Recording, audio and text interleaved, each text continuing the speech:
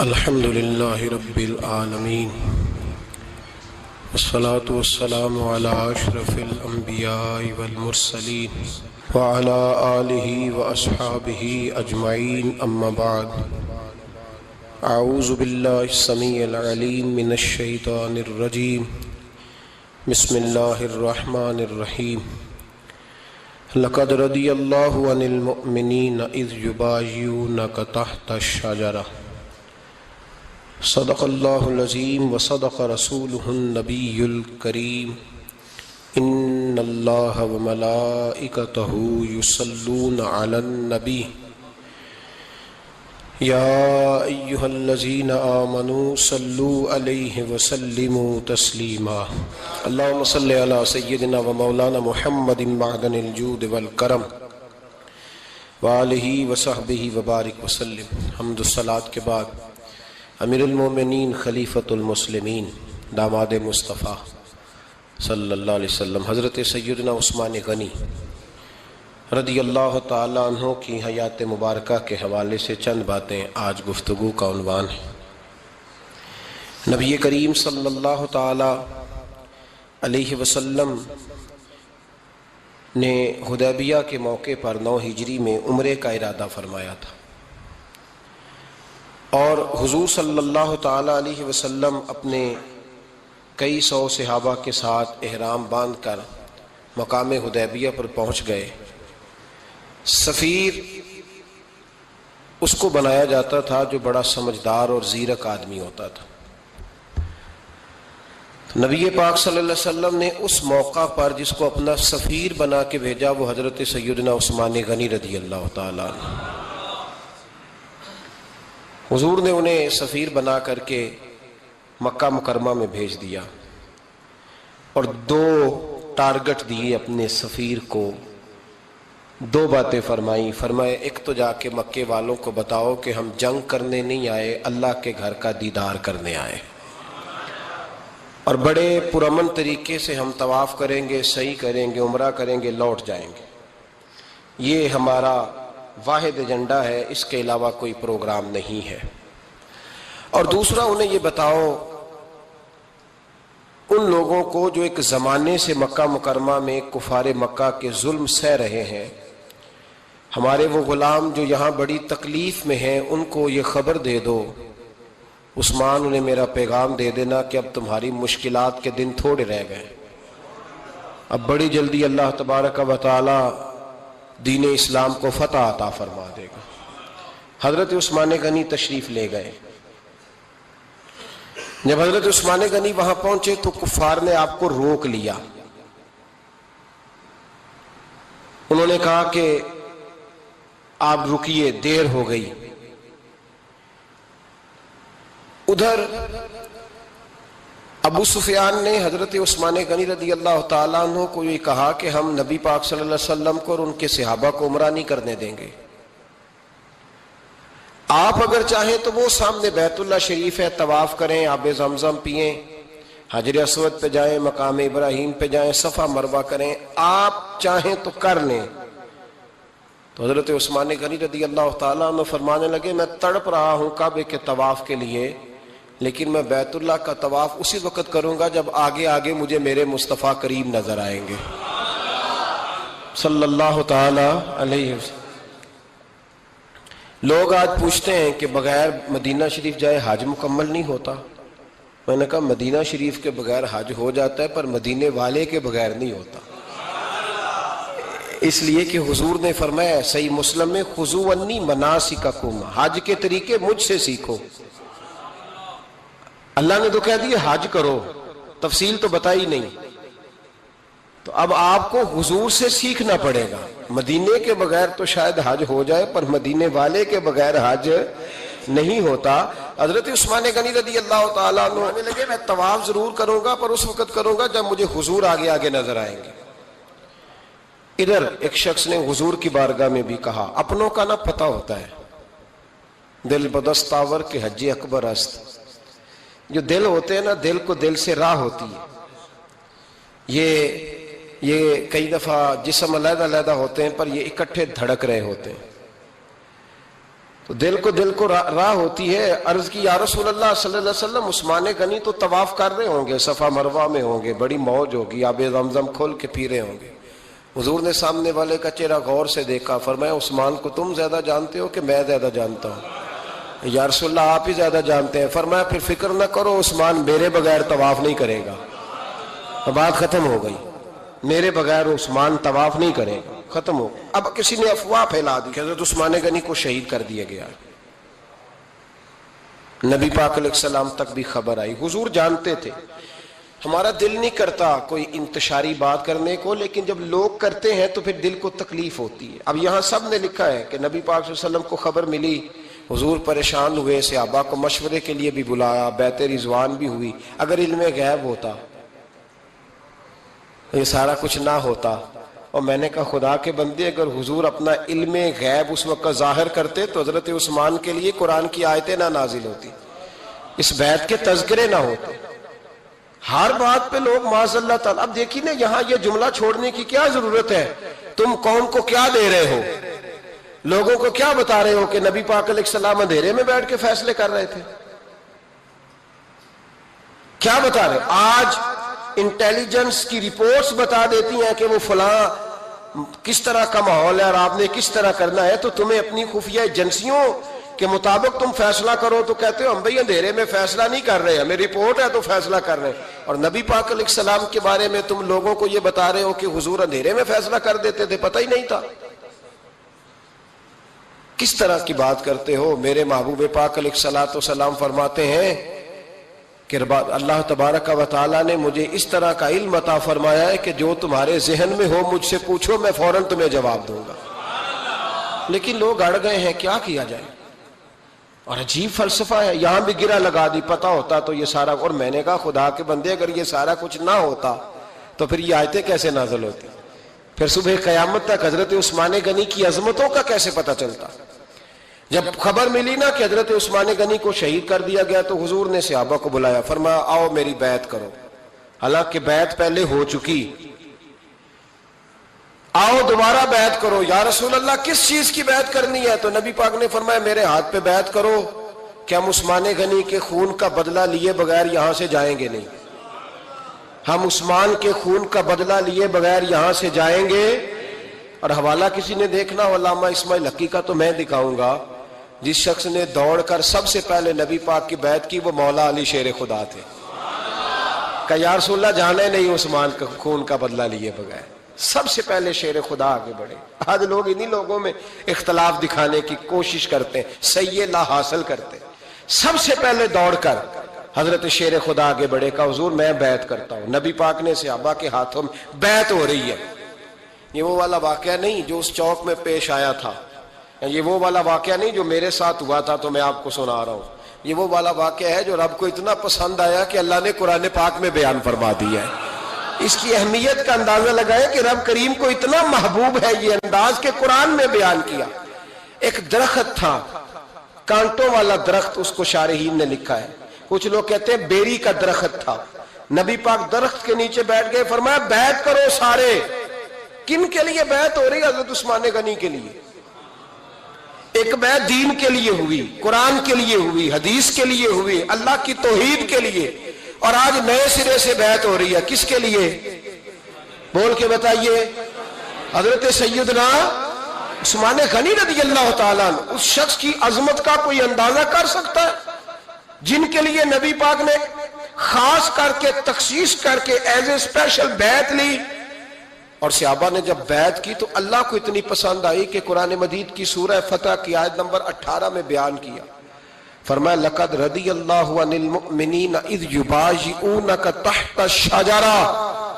فرمایا محبوب تحقیق اللہ ان مومنوں سے راضی ہے جو درخت کے نیچے آپ کی بیعت کر رہے تھے. تحقیق اللہ ان سے راضی ہوا, ان ایمان والوں سے جو درخت کے نیچے آپ کی بیعت کر رہے تھے. درخت کے نیچے, تحت الشجرہ. قرآن مجید کے الفاظ اگر آپ غور کریں گے تو آپ کو حضرت عثمان غنی کی عظمت کا پتہ چلے گا, اور اس واقعے کی حساسیت کی آپ کو سمجھ آئے گی کہ بیعتیں تو مسجد میں بھی ہوئی, لیکن نام لے کے نہیں کہا محبوب جنہوں نے مسجد میں بیعت کی. نام لے کے نہیں کہا، حالانکہ وہ بیعتیں بھی اللہ کو بڑی محبوب ہے.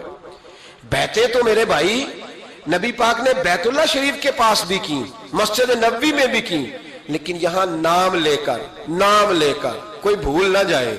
کسی نے کہہ دینا تھا کوئی اور بیعت تھی جی، لوگ شرع کر رہے ہیں نا مرضی، وہ تو کسی اور کی بیعت. نام لے کے کہا محبوب تحت شجرہ، وہ جو درخت کے نیچے بیعت ہوئی، وہ جو بیعت درخت کے نیچے ہوئی، اور جنہوں نے بیعت کی لقد رضی اللہ عن المومنین، تحقیق اللہ ان مومنوں سے راضی ہو گیا.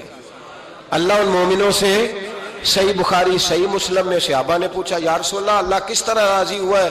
فرمایا آج جس نے میرے ہاتھ پہ بیعت کی ہے رب کریم نے وعدہ کر لیا سب کو جنت عطا فرمائے گا.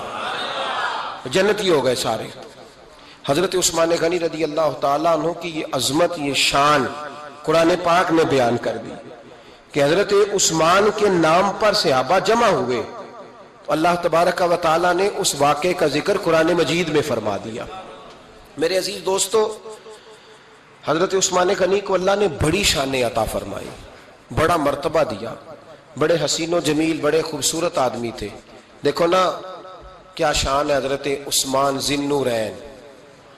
یہ ذی النورین کا کیا معنی ہے؟ دو نور کون ہیں؟ حضور کی دو صاحبزادیاں.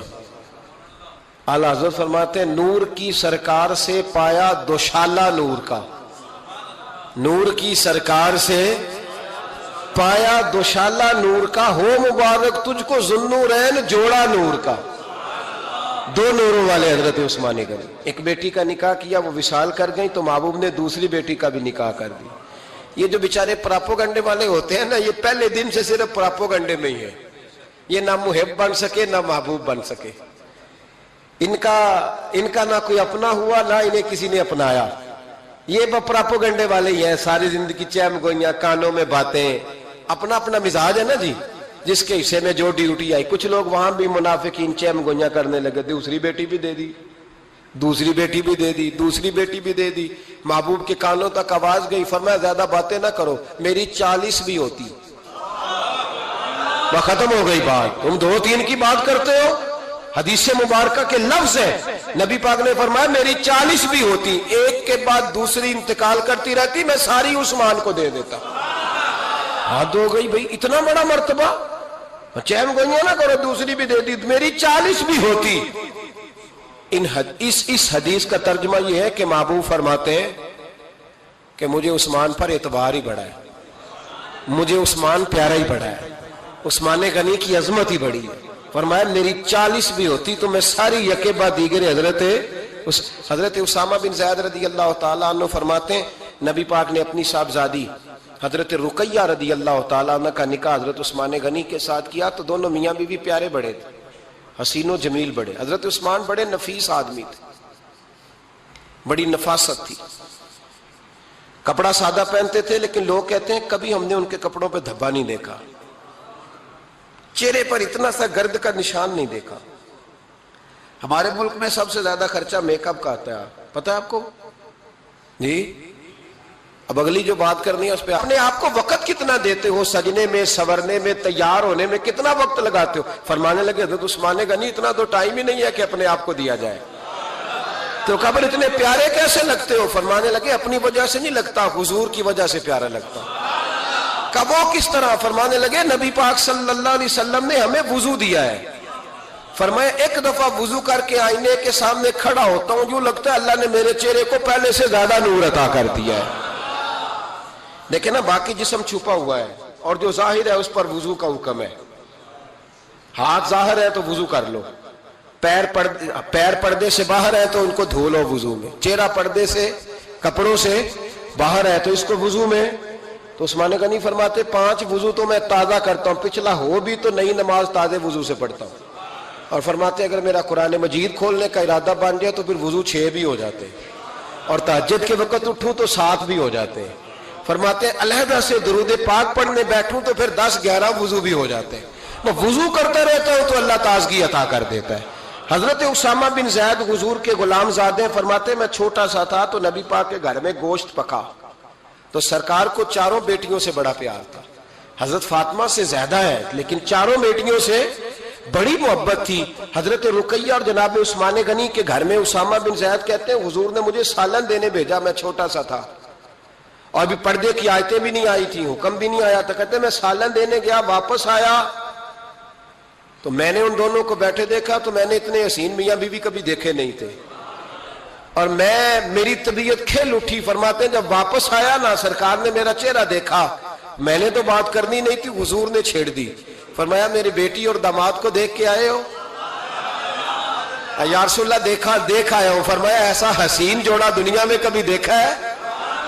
کہا یا رسول اللہ اللہ کی عزت کی قسم کبھی دیکھا ہی نہیں. یہ ظاہری حسن اللہ نے حضرت سیدنا عثمان غنی رضی اللہ تعالیٰ عنہ کو عطا. ایک بات میری یاد رکھنا, حسن ظاہر کا نہیں ہوتا, حسن ظاہر کا نہیں ہوتا, ظاہر کا میک اپ ہوتا ہے. حسن ہمیشہ باطن کا ہوتا ہے. جن لوگوں کے اندر معصومیت ہوتی ہے ان کے چہروں پہ بھی آئی جاتی ہے. کوئی نہیں سمجھ آئی شاید آپ کو. اندر اگر بندہ کڑوا ہونا, کسیلا ہو, چہرہ نہیں روشن ہوتا. اس کی دلیل حدیث میں موجود ہے. نبی پاک صلی اللہ علیہ وسلم سے صحابہ نے کہا یا رسول اللہ اللہ کا ولی کون ہوتا ہے؟ فرمایا جس کا چہرہ دیکھنے سے اللہ یاد آئے. تو ولایت کا تعلق دل سے ہے, چہرے سے نہیں. ولایت کا تعلق بولیے دل سے ہے, چہرے سے ولایت کا تعلق نہیں ہے. لیکن حضور نے دلیل کیا دی؟ چہرہ دیکھو تو اللہ یاد آئے. گویا محبوب نے فرمایا کہ دل اگر ولی کا ہو تو پھر اللہ تعالیٰ دل کی برکت سے چہرہ بھی نورانی عطا فرما دیتا ہے. چہرہ بھی نورانی. بہت سارے میں نے ایسے بزرگوں کو دیکھا جن کے رنگ گورے نہیں تھے پر نورانی تھے. ہمارے علامہ فیض احمد اویسی صاحب رحمۃ اللہ علیہ, میرے استاد گرامی, کا رنگ گورا نہیں تھا, لیکن جو بابا جی کو دیکھتا تھا فدا ہی ہو جاتا تھا. رنگ گورا نہیں تھا, گندمی تھا, لیکن کیا بات تھی چہرے کی معصومیت کی. تو یاد رکھیں حضرت عثمان غنی کے باطن میں جو حسن تھا, جو وقار تھا, وہ چہرے سے چھلکتا تھا. چند خوبیاں بڑی زیادہ تھی حضرت عثمان غنی میں, بہت زیادہ تھی چند خوبیاں. ایک بہت بڑی خوبی حضرت عثمان غنی کی جس کو نبی پاک نے بڑا چاہا, وہ تھا حضرت عثمان غنی کا سخی ہونا. مالا والے سخی نہیں ہوندے, مالا والے سخی ان کے پاس تو پیسہ بافر ہوتا ہے, کسی وقت 10,000 کا تعاون کاری دیتے ہیں کسی کے ساتھ. وہ سخی نہیں ہوتے بھائی. کسی ایک بندہ 1.5 کروڑ کی اسامی ہے تو کسی کو 20,000 کا تعاون کر دے, سخاوت تھوڑی ہے. کروڑوں روپیہ اس کے پاس پڑا ہوا ہے. مالا والے سخی, یہ میاں صاحب نے کہا ہے, مالا والے سخی نہیں ہوندے. سخیاں کل مال نہیں ہوندا, سخیاں کل مال ہے, اس لیے کہ جمع کریں گے تو رہے گا نا. اور سخی جمع کرتا ہی نہیں. مالا والے سخی نہیں ہوندے, سخیاں کل مال نہیں ہوندا. ایتھے اوتھے دوویں جہان نہیں, سخی کنگال نہیں ہوندا. حضرت عثمان غنی رضی اللہ تعالیٰ عنہ فرماتے ہیں کہ جس دن حضور نے تبوک کے لیے جیش اسرا کے لیے اعلان کیا نا, تو حضرت عثمان غنی فرماتے ہیں کہ حضرت ابو بکر صدیق تو سارا مال لے آئے تھے, جناب عمر آدھا لے آئے تھے, مولا علی شیر خدا نے جی کھول کے دیا تھا, لیکن 800 گھوڑے بما پالان کی ضرورت تھی. یعنی 800 فوجیوں کا خرچہ, اپنے لفظوں میں بات کر رہا ہوں. فوجی کا خرچہ کیا ہوتا تھا کہ فوجی کا گھوڑا بھی چاہیے, گھوڑے کے ساتھ کجاوا بھی چاہیے, تلوار بھی چاہیے, نیزہ بھی چاہیے, تیر بھی چاہیے, لوہے کی جیکٹ بھی چاہیے. حضرت عثمان غنی کہتے ہیں نبی پاک نے اعلان کرنا شروع کیا. ایک دفعہ اعلان کیا تو میں نے کہا حضور 200 فوجی کا خرچہ میرا. نبی پاک نے دوسری دفعہ اعلان کیا تو کوئی اٹھا ہی نہیں. جنہوں نے دینا تھا وہ تو سارا کچھ پہلے ہی دے چکے تھے, کوئی اٹھا نہیں. کہتے مجھے بڑا عجیب لگا کہ میرے مصطفیٰ اعلان کریں. حضرت عثمان غنی فرماتے ہیں, شاہ ولی اللہ صاحب نے ازالت الخفا میں لکھا ہے کہ یوں پکڑ کے کہتے ہیں میں نے اپنا نا گریبان پکڑ لیا, عثمان تیرے نبی کو اعلان کرنا پڑ رہا. کہتے 1000 فوجی کا خرچہ چاہیے تھا, 1000 کا.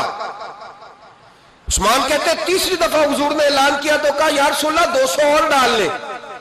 سنو سخی کس کو کہتے ہیں.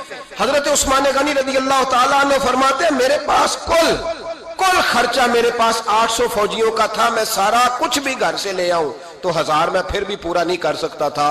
لیکن جب نبی پاک نے چوتھی دفعہ کہا نا کہ اٹھو بھائی ابھی خرچہ چاہیے, عثمان کہتے ہیں مجھے لگتا تھا میرے گریبان پھٹ جائے گا.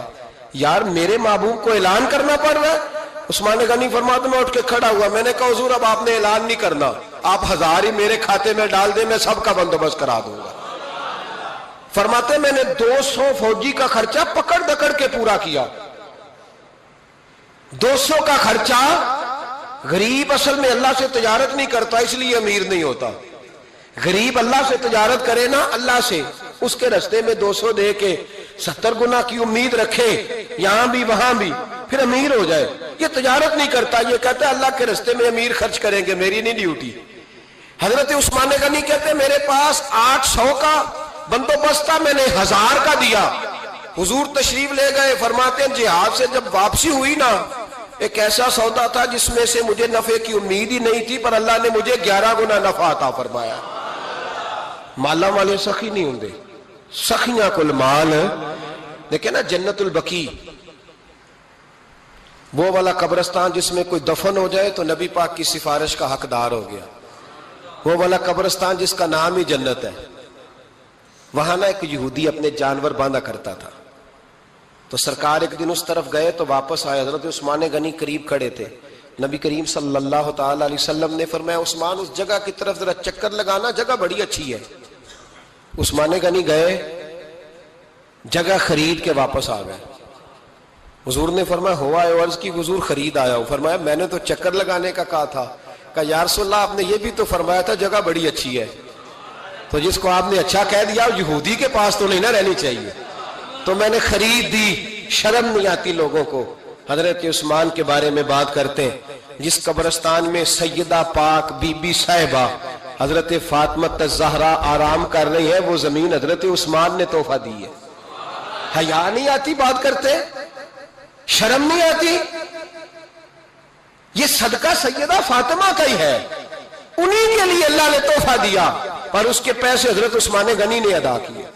پھر اس قبرستان میں سیدہ پاک نے آرام کیا، پھر اسی قبرستان میں عثمان ابن مسعود نے آرام کیا، پھر اسی قبرستان میں حضرت حلیمہ سعدیہ لیٹی ہوئی ہے، اسی قبرستان کے اندر نبی پاک کی زوجہ سیدہ عائشہ آرام کرتی ہے، پھر اسی زمین پر میرے محبوب کے پیارے نواسے امام حسن آرام فرمائے۔ حضرت عثمان غنی رضی اللہ تعالیٰ عنہ کے بارے میں بات کرتے تیری زبان نہیں کانپتی؟ ان کو بات کرتا ہے جن کے تحفے اہل بیت نبوت نے قبول فرمائے، اور وہاں آرام کرنا انہوں نے پسند کیا، اتنا بڑا جرت بند ہو گیا تو۔ حضرت سیدنا عثمان غنی رضی اللہ تعالیٰ عنہ سخاوت کی تو کمال کر دی حضرت عثمان غنی، اور پھر ضرورت سے زیادہ پیسے دے کے۔ وہ کنویں کی بات بڑی معروف ہے، میں نے بس اشارہ کرنا ہے، نبی پاک نے بھی اعلان کیا تو بڑا ہی اعلان کر دیا، فرمایا وہ میٹھے پانی کا کنواں ہے، قبضہ یہودی کا ہے، جو بندہ خرید کر وقف کرے گا نا اسے کیا ملے گا؟ تو حضور نے فرمایا میری جیب میں جنت کی ٹکٹ ہے، میں اسے جنت دے دینی، یہ ہے عرض جنت، یہ طیبہ کی زمین ہے، جنت بھی یہی، مال کے جنت بھی یہی ہے، جنت لے لے مجھ سے، لے لے۔ حضرت عثمان غنی گئے، اس کو کہا بھائی کنواں میرے ہاتھ بیچ دے۔ کنویں کی قیمت تھی 500-700 دینار،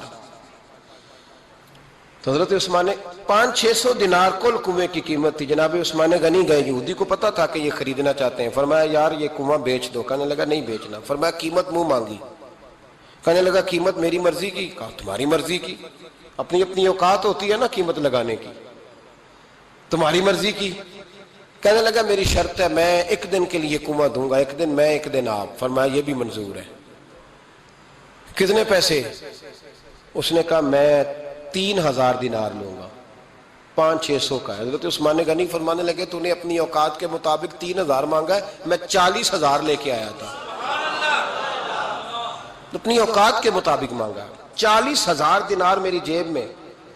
یہودی کہنے لگا عثمان تو تاجر ہے، اور عام تاجر نہیں، عالمی سطح کا تاجر ہے، لوگ تیری تجارت کی مثالیں عرب میں دیتے ہیں، پر 500-600 کا کنواں 40,000۔ فرمانے لگے مسئلہ کنویں کا نہیں، مسئلہ مصطفیٰ کے فرمان کا ہے، وہ جو حضور کا فرمان پورا کرنا ہے نا، اس کے لیے 40,000 تھوڑے ہیں، میرے پاس تھے ہی اتنے جو لے کے آیا ہوں۔ حضرت عثمان نے پیسے چکائے، اس نے کہا ایک دن پانی ملے گا۔ فرمایا منظور ہے۔ وہ ایک دن بیچا کرتا تھا پانی، حضرت عثمان نے اعلان کر دیا جو میرا دن ہے نا فری پیو، اپنے بھی پیو، بیگانے کا اعلان کوئی نہیں کرنا، میرا کوئی پروگرام نہیں۔ لیکن آپ مطلب ہلکا ہلکا ایسے ایسے دیکھیں گے، سوچیں گے، غور کریں گے، او بھائی پیسہ بھی بانٹنے سے چلو بولو تو صحیح نا، اس پر بھی آپ حامی تو بھرے نا، سچی بات کر تو لینی چاہیے نا. چلے عمر آپ 2 سال کے بعد کر لینا، 6 سال کے بعد کر لینا، پر ہاں نہ تو صحیح کرے نا. پیسہ بھی ہمیشہ بانٹنے سے. ملا رومی رحمت اللہ علیہ فرماتے ہیں کنویں سے سادہ پانی نکل جائے تو تازہ آ جاتا ہے، اور اگر پانی کنویں کے اندر رہے سارا ختم نہ ہو تو باسی ہو جاتا ہے. اس لیے فرمایا کرتے تھے میں اس کنویں سے پانی پیتا ہوں جس پہ رش زیادہ ہوتا ہے، اس لیے کہ وہاں سے پانی ختم ہوتا ہے تو تازہ آتا رہتا ہے. فرماتے تو اللہ کے رستے میں سارا خرچ کر دے، اللہ تازے عطا کر دے گا اور پہلے سے زیادہ عطا کر دے گا. میرا آپ کا مسئلہ یہ ہے کہ تجارت بندوں کے ساتھ ہے. بندوں کے ساتھ جو تجارت ہے نا، بندے کنجوسی کر جاتے ہیں. بندے کا تو صحیح کام چل جائے تو پارٹنر کو فارغ کر دیتا ہے تو فارغ ہے. اور اگر کبھی کسی کی دکان میں کوئی کرایہ دار اچھا اس کی دکان چل جائے تو مالک کہتا ہے تو جا، اب دکان میں نے خود کھولنی ہے، وہ فارغ کر دیتا ہے. بندوں کا تو مزاج ہے. اور اللہ تبارک و تعالیٰ سے جب تجارت ہوتی ہے نا، میں نے ایسے لوگ دیکھے ہیں جن کے گھروں میں لاکھوں روپیہ ماہانہ آتا ہے، غربت نہیں جاتی. ان کو سوچنا چاہیے کہ کثرت والا پیسہ آیا ہے پر برکت والا نہیں آیا. حضرت عثمان غنی رضی اللہ تعالیٰ عنہ فرماتے ہیں کہ میں نے پہلے بھی میں بڑا تاجر تھا، لیکن جب سے مصطفیٰ کے نام پر خرچ کرنا شروع کیا، پھر کہاں کہاں سے آیا کب. اور بڑی سیانی بات فرماتے ہیں، آپ فرماتے ہیں میں کلمہ پڑھنے سے پہلے تجارت کو وقت زیادہ دیتا تھا، اور مسلمان ہونے کے بعد میں نے تجارت کو ٹائم تھوڑا دیا، پر اللہ نے روزی مجھے زیادہ عطا فرمائی. اس لیے برکت پر ہماری توجہ نہیں رہی، غیبی خزانوں پر خیال ہم نے چھوڑ دیا ہے. غیبی خزانوں سے جو چیز ملتی ہے وہ زیادہ ملتی ہے، جو مادی ذرائع سے ملتی ہے وہ چیز کم ہوتی. حضرت عثمان غنی پر الزام لگا جب آپ کا دور حکومت تھا. یہ یاد رکھیں کہ سب سے زیادہ الزامات حضرت عثمان غنی پہ لگائے گئے. جن بندوں کے قد کاٹ زیادہ ہوتے ہیں ان کے خلاف پراپوگنڈے بھی لمبے چوڑے ہی ہوتے ہیں. بڑی بڑی بات یاد رکھنا. کہا گیا کہ حضرت عثمان لوگوں کو نوازتے بڑا ہے، بڑا دیتے ہیں حضرت عثمان غنی. تو حضرت عثمان غنی فرمایا کرتے تھے حکمران تو میں آج بنا ہوں تو میں تو پہلے بھی بڑا دیتا تھا، وہ کس خزانے سے دیتا تھا؟ آپ جواب دیا کرتے. دیکھیں ذرا، لاکھوں لوگ حج کرنے آتے تھے، پر حضرت عثمان غنی حج کرنے جاتے تو اعلان کر دیتے کہ کوئی حاجی حج کے موقع پر آ کے کھانا نہ پکائے، سب کو کھانا عثمان غنی اپنی جیب سے دیا کریں گے. مینا میں لنگر کھانا ہوتا تھا حضرت عثمان غنی کا، مینا میں. فرماتے تھے کھاؤ حاجیوں جتنا کھا سکتے ہو. اور پھر حضرت عثمان غنی کا اعلان تھا، خدام کو کہتے تھے میں آخر میں کھاؤں گا، پہلے میرے سارے آنے والے حاجیوں کو کھلایا جائے. ایک مجھ سے نا ایک دوست نے سوال پوچھا 4-5 دن ہو گئے. کچھ سوال ایسے ہوتے ہیں جو بندے کو نا چوراہے پہ لا کے کھڑا کر دیتے ہیں، زندگی میں نہ بھولنے والے سوالات ہوتے ہیں. ایک شخص نے سوال پوچھا، کہنے لگا اوکاڑے دینی اور مذہبی گھرانہ ہے، اوکاڑے سے تعلق ہے، میرے ساتھ محبت کا رشتہ ہے. کہنے لگے بیٹی کی شادی کر دی ہے راولپنڈی میں. آپ کی بھی بیٹیاں ہیں، میری بھی بیٹی ہے. بیٹی کی شادی کر دی ہے راولپنڈی میں. اب بچی چند دن رہنے آئی ہے. پوچھنا یہ ہے کہ نماز پوری پڑھے گی کہ قصر پڑھے گی؟ تو میرا تو اس نے کام کر دیا، حد ہو گئی، رو رو کے برا حال. میں نے کہا یار تو بند کر دے فون، رات کو بتاؤں گا. کیا پوچھ لیا یار تو نے؟ بیٹی مسافر نہیں ہوتی، بیٹی تو مہرانی ہوتی ہے باپ کے گھر کی. تو بیٹی مطلب کیسے بتاؤں کہ دل کرتا ہے کہ بیٹی وہ صرف ہنسے، وہ روئے کبھی نہ. یہ دعا ہوتی ہے. تو نے اتنا بڑا سوال کیوں کیا؟ بہرحال علماء کو کچھ چیزوں کے جواب دینے پڑتے ہیں. میں نے کہا میں رات کو بتاؤں گا. رات کو پھر فون آیا کہ آپ تو بڑی جلدی جواب دینے کے عادی ہیں تو دیر کیوں کر دی؟ تو میں نے کہا یار جواب تو میرے پاس تھا لیکن ہمت نہیں تھی ابھی. تو میں نے کہا کہ اگر تو بیٹی آئی ہے والد کے گھر میں اور ابا جی کا پروگرام ہے اسے جائیداد میں سے حصہ دینے کا، تو پھر تو بیٹی نماز پوری پڑے گی. لیکن اگر ابا جی نے علیحدہ کر کے انگوٹھا لگوانا ہے تو پھر بیٹی مسافر ہے. اگر ابا جی نے اس کو علیحدہ کر کے انگوٹھا لگوانا ہے نا کہ دے دے بھائیوں کو، خیر ہے تیری شادی پہ خرچہ کر دیا ہے.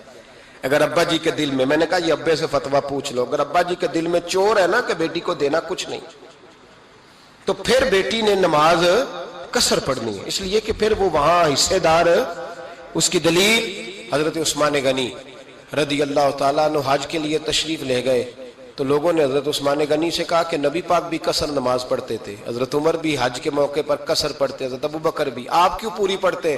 فرمایا ان کا مکے میں گھر کوئی نہیں تھا، میرے تو پورے کے پورے باغ ہیں، تو میں یہاں مسافر نہیں ہوں، میں یہاں مقیم ہوں، تو اگر تو بیٹی کا حصہ بھی ہے ابا جی کے گھر میں تو پھر وہ نماز پوری پڑے گی۔ لیکن اگر ابا جی نے اللہ تعالیٰ خیر فرمائے بیٹوں کے حق میں فیصلہ سنا دیا ہے اور انہوں نے بیٹی سے کہہ دیا ہے کہ چھوڑ، جو بیٹیاں حصہ لیتی ہیں ان کے بھائی نہیں ملتے تو نہ ملے بھائی، کوئی حرج نہیں، ضروری ہے ظالم بھائیوں سے رابطہ رکھنا جو کھا جائے بہنوں کا حصہ۔ والد ظالم ہے، ظالم ہے باپ، بیٹے کو حصہ دیتا ہے بیٹی کو نہیں دیتا۔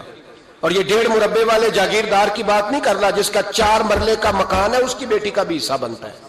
کیوں کھاتے ہو بیٹیوں کا حصہ؟ ڈر نہیں آتا اللہ تعالیٰ سے؟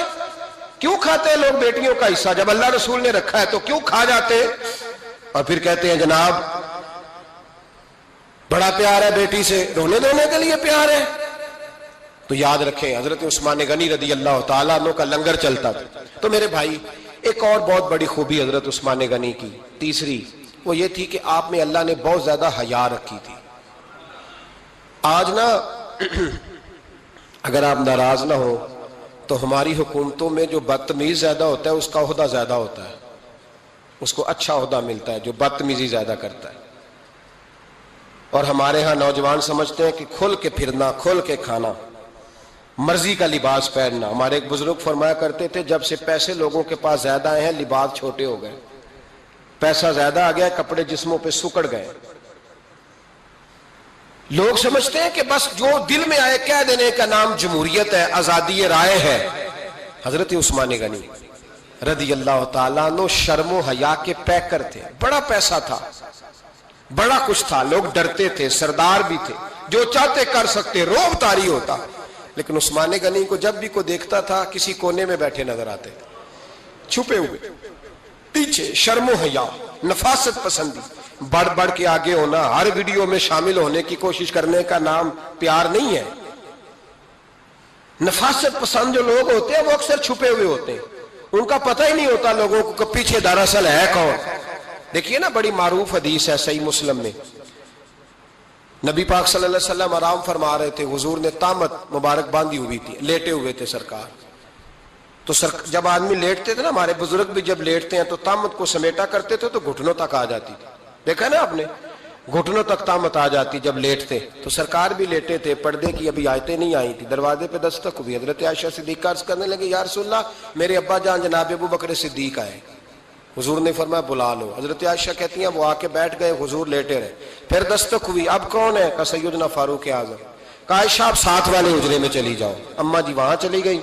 تھوڑی دیر کے بعد حضرت عمر آئے، حضور لیٹے رہے، جناب عائشہ کہتی ہیں پھر دستک ہوئی، اب کون ہے؟ فرمایا عثمان غنی۔ نبی کریم نے فرمایا اسے کہو ذرا ٹھہر جائے۔ حضرت عثمان ٹھہرے تو حضور اٹھ کے بیٹھے، تہمت مبارک کو ٹھیک کیا، پھر اپنے کرتے مبارک کو سیدھا کیا، پھر دستار کو سیدھا کیا، فرمایا اب بلاؤ عثمان غنی کو۔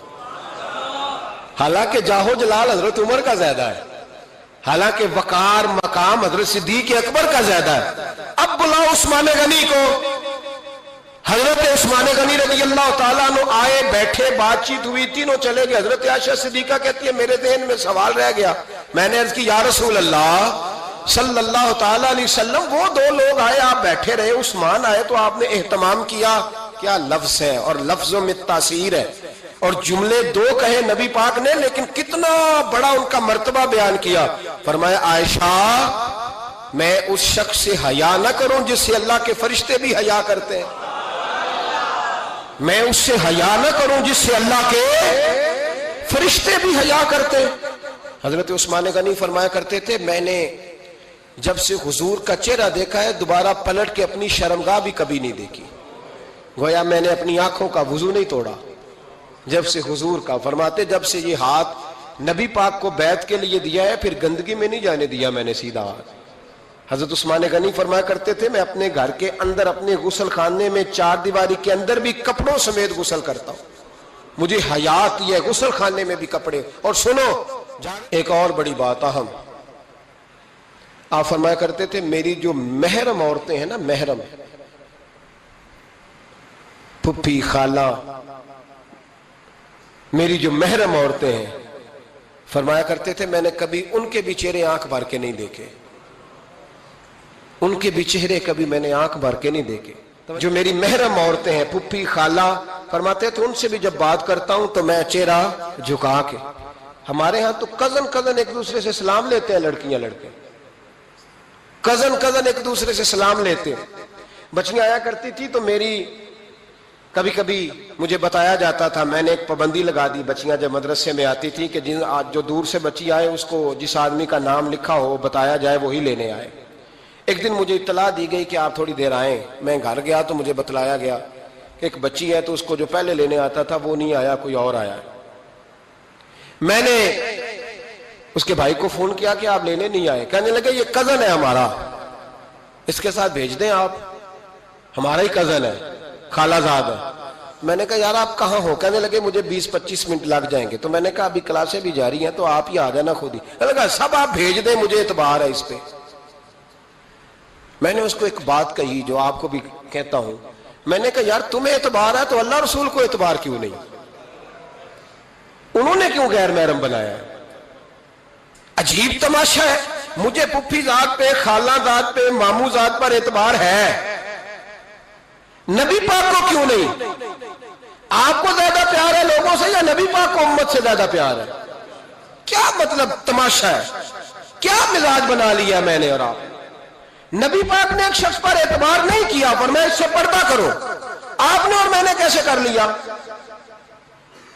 نبی پاک نے خالہ ذات، پھپھی ذات، دیور پر، جیٹ پر، سالے پر، بہنوئی پر اعتبار نہیں کیا، پابندی لگا دی. تو نے کیسے کیا؟ تیرے دل میں زیادہ درد ہے، تو زیادہ دین کو سمجھنے لگا ہے، انسانیت زیادہ اچھل آئی ہے تیرے اندر.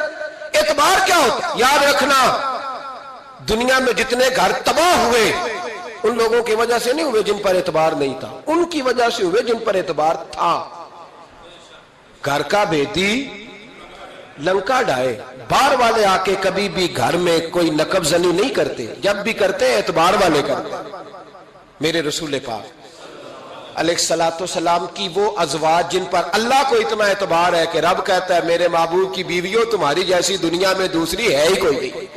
اللہ کو اتنا اعتبار ہے. لیکن ایک نابینا صحابی آئے تو حضور کی 2 ازواج بیٹھی تھی تو نبی پاک نے فرمایا پردہ کرو. یا رسول اللہ وہ تو نابینا ہے. فرمایا تمہیں تو نظر آ رہا ہے نا، تمہاری آنکھیں تو کھلی ہوئی ہیں. حضور کو اعتبار نہیں تھا. بس کر دیں. سب سے بڑا ظالم وہ ہے جو کہتا ہے مجھے بیٹی پہ اعتبار ہے. وہ ظالم ہے، وہ اپنی بیٹی کے ساتھ ظلم کر رہا ہے. جو کہتا ہے مجھے اعتبار ہے، کالج جا رہی ہے، یونیورسٹی جا رہی ہے، اکیلے آ جا رہی ہے، مجھے اعتبار ہے. یہ ظلم کر رہا ہے بچی کے ساتھ. وہ تو بچی ہے، اس کا تو ذہن کمزور ہے. ہو سکتا ہے صاف دل ہو لیکن سامنے جو شیطان چوکوں میں گلیوں میں دائیں بائیں گھوم رہے ہیں وہ تو صاف دل نہیں ہے نا، وہ تو معصوم طبع نہیں ہے نا. تو بعض اوقات بڑے اچھے نفیس بچے بھی شیطانوں کا شکار ہو جاتے ہیں. خدا کا خوف کریں. حضرت عثمان غنی کی زندگی، حضرت عثمان فرماتے ہیں جو محرم عورتیں تھیں ان کی طرف بھی آنکھ بھر کے نہیں دیکھا، اس لیے کہ وہ خاتون ہے، میں مرد ہوں، میری حیا مانی. آج لوگوں کو شوق ہو گیا عورتوں کی مجلس میں دوڑ دوڑ کے جانا، وہاں بیٹھنا، وہاں وقت بتانا. پیران عظام کہتے ہیں کہ وہ درویشنیوں کے بیچ بیٹھے ہیں جی، باپ بیٹی ہوتے ہیں جی، مریدنی اور پیر. میں نے کہا کوئی نہیں ہوتے. اس رشتے پر استدلال ہے. اعلیٰ حضرت فرماتے ہیں واجب ہے پردہ پیر اور مریدنی کا. یہ پردہ واجب ہے. اگر کوئی شخص اس طرح بے پردہ بیعت لے گا، بیچ میں بیٹھے گا، تو اس کا تو مرید ہونا ویسے ہی حرام ہے، جائز ہی نہیں ہے. جو سارا دن تعویذ دھاگے کے لیے بیٹھا رہے اور بیویوں سے گفتگو کرتا رہے. خدا را حضرت عثمان غنی رضی اللہ تعالیٰ عنہ کی زندگی میں جو باتیں ہمیں بہت زیادہ ملتی ہیں ان میں نفاست ہے، آپ کی حیا ہے، سخاوت ہے. ایک بات اور سن لیں، بڑا ستایا گیا حضرت عثمان غنی کو، پراپوگنڈے کیے گئے، آپ کے خلاف مہم چلی. عبداللہ ابن سبا نے بڑی مہم جوئی کی آپ کے خلاف. یہودیوں نے مسلمانوں کا روپ دھار کر بڑا آپ کو ستایا، تکلیفیں دی. جی آپ اپنے رشتہ داروں کو بڑا دیتے ہیں. فرمایا کرتے تھے جیب سے دیتا ہوں، مال خزانہ سے نہیں دیتا. حضرت عثمان غنی رضی اللہ تعالیٰ عنہ کو بڑا ستایا گیا. یہ واحد خلفائے راشدین میں خلیفہ ہے جن کا 40 دن پانی بند کیا گیا، کھانا نہیں آنے دیا گیا. لیکن کمال ہستی حضرت عثمان غنی کی. مولا علی جیسے شیروں نے جا کے کہا آپ اشارہ کریں، یہ جو آپ کے خلاف نکلے ہوئے ہیں تو ایک تلوار سے مار دیے جائیں گے. تو حضرت سیدنا عثمان غنی فرمانے لگے میں وہ والا مینڈا نہیں بننا چاہتا جس کی وجہ سے مدینے کی گلیاں رنگین ہو جائیں. امن کا کہا خلافت چھوڑ دیں. فرمایا حضور نے کہا تھا اللہ تمہیں ایک قمیض پہنائے گا، لوگ اتارنا چاہیں گے، تم نے اتارنی نہیں. صبر سے، حوصلے سے، اطمینان سے. یہ وہ واحد ہستی ہے حضرت عثمان غنی جنہوں نے شہادت قبول کر لی لیکن تلوار نہیں چلنے دی، لوگوں کو ایک دوسرے کے گلے نہیں کاٹنے دی. وہ شخصیت ہے حضرت عثمان غنی کی.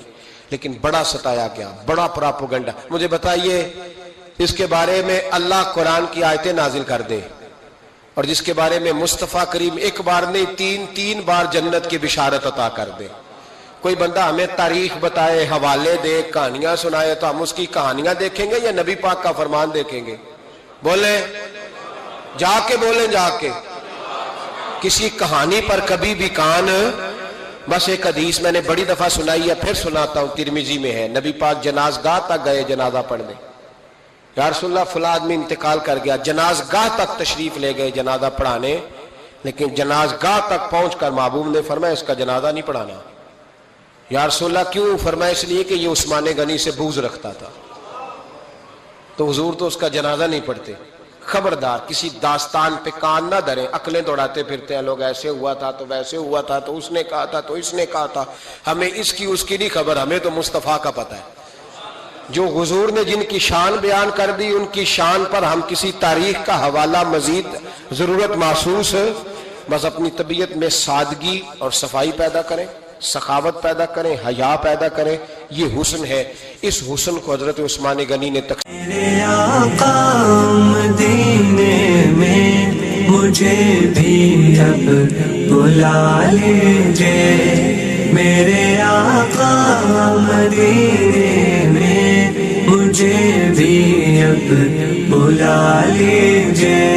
ترستی ہے میری آنکھیں، ترستی ہے میری آنکھیں، مجھے روضہ دکھا دیجئے.